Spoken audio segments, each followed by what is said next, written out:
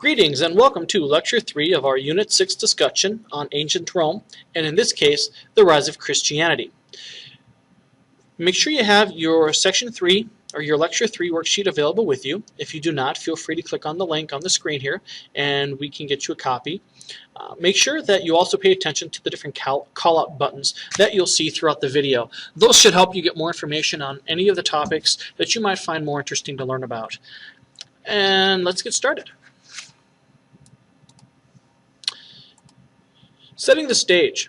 While religion played an important role in Roman society, the worship of Roman gods was impersonal and often practiced without a great deal of emotion. This is like people that believe in their God, but they don't go to church every Sunday, so to say. They believed it, they practiced it, but not very strictly. This was common back then. However, as the empire grew, so too did the new religion called Christianity, which is what we'll spend most of our time talking about. So, Christianity. Early on in the Pax Romana, a new religion, Christianity, emerged in a distant corner of the empire. At the time, there were many different religions that existed around the empire. If you recall, the empire at this time consisted of all the land surrounding the Mediterranean Sea. The little corner of Judea is on the far east side of the Mediterranean Sea, that way, okay, on the map. Small little corner near the edge of the empire's control at the time. By 63 BC, Romans had conquered Judea, where most Jewish people had been living. So even before the time of Christ, shortly before anyway, Rome was in control of the area. It's important to know because Rome being in control of the area... Pardon this interruption. Corey Williams, please report to the main office. Corey Williams, please report to the main office. Anyway, as it's important to know that Romans were in charge, it was their country, their territory, they set the rules. For the most part, people were allowed to do what they want as long as they followed the laws. This certainly would change over time. Ms. Mark, please report to the main office. Romans were did allow Jewish people to worship one another's God. Many Jews reluctantly lived under Roman rule, though. However, some wanted to revolt against Rome and believed a Messiah would come to lead their people to freedom. If you look at this last part, it kind of gives you the idea or the recollection of a guy by the name of Moses. If you remember back in the day, even before this, Moses freed his people from Egypt. They again kind of had this hope and belief that somebody would come, just like Moses, to free them from the Romans. Jesus. Jesus was born in about 4 BC in Bethlehem. If you kind of look at it, it's kind of ironic in the fact that, as far as we can tell, Jesus was born BC, before Christ. So if you look, Jesus was born before Christ. Obviously, it's a date, it's a calculation thing. Based on what we know about the time period that historians are able to trace back, they figure Jesus was born around 4 BC.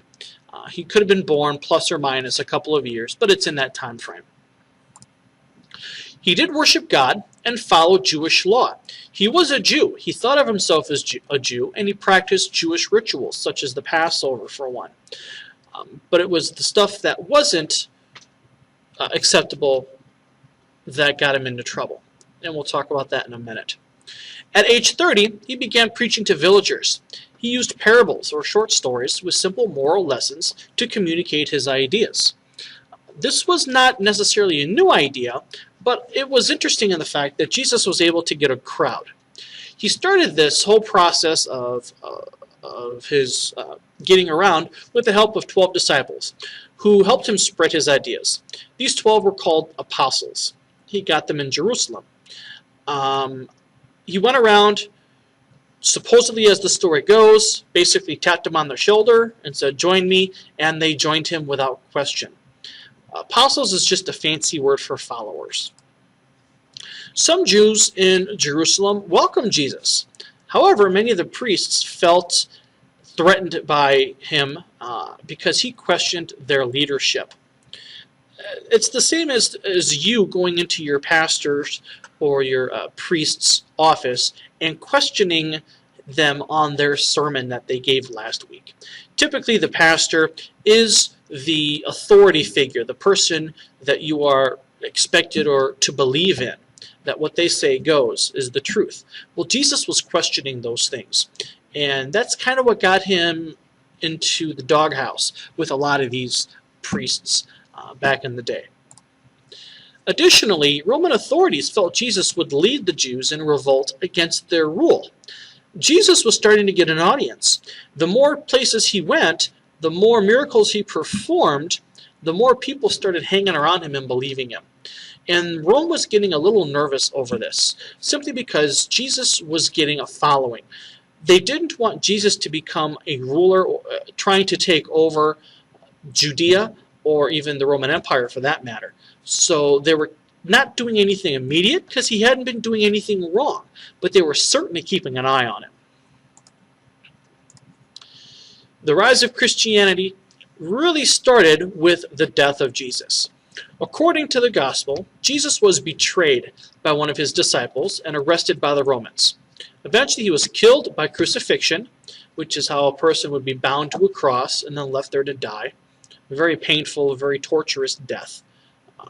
Rumors then spread after his death that Jesus had not died, but had risen from the dead and commanded his disciples to spread his teachings.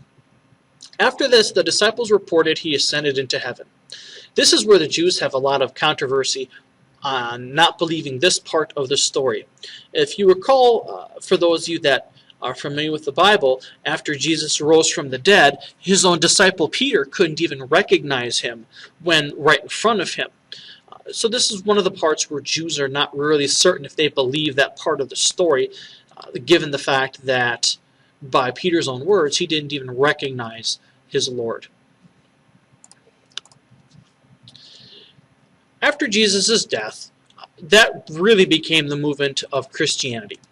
Followers of Jesus were called Christians. Disciples preached the ministry of Christianity throughout the Roman world.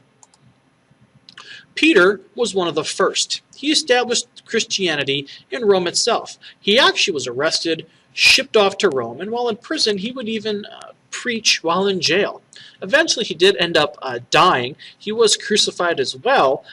Actually, he was hung on a cross upside down until he died.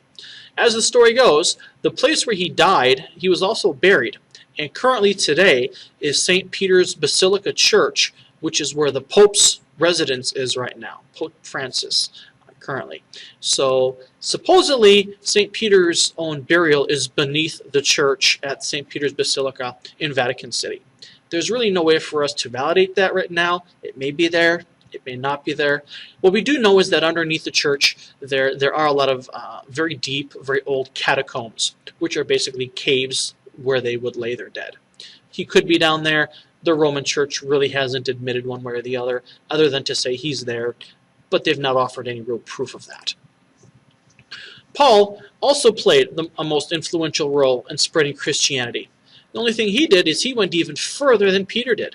He was able to spread Christianity throughout all of the Mediterranean region, not just in Judea and Rome. His letters became part of the New Testament in the Bible. He would send letters all around to different churches, small churches, throughout the empire, such as the letters to the Galatians, Thessalonians, things like that. These letters he would send to the different congregations in those cities, and they eventually would be put into our present-day Bible. The rise of Christianity and how Christians were oppressed. Romans were not tolerant toward Christians. They didn't really like Christians too much originally. They refused to honor the emperor with sacrifices.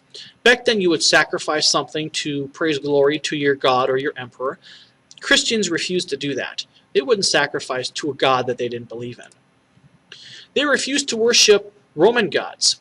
To protect the state, Christians were used as scapegoats and blamed for social and economic problems. Nero did this several times, where he would actually crucify people because he was blaming the Christians for his own wrongdoings.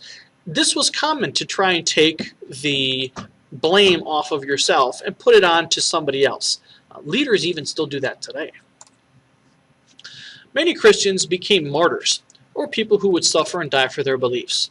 One of those, obviously, is St. Peter, who would die for his beliefs, as well as John the Baptist, who was decapitated because of his belief in Jesus and God as well. So martyrdom was unfortunate, but it also allowed these people to be remembered for all time.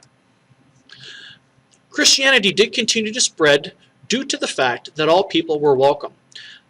This is a situation where it's a religion where anybody is welcome, regardless of how rich or poor you are, whether you're sick, whether you're popular. It did not matter. You could be a member of the church, and they did not judge. The early Christian church. Emperor Constantine issued the Edict of Milan in 313 AD. The edict granted freedom of worship to all citizens of the Roman Empire. By the end of the century, Emperor Theodosius made Christianity the official religion of the Roman Empire.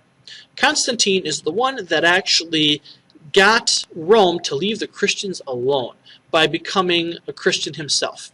We'll learn more about that story in Lecture 4, but a lot of the things that we see today in our churches, we can thank Emperor Constantine and his efforts to standardize the Christian religion.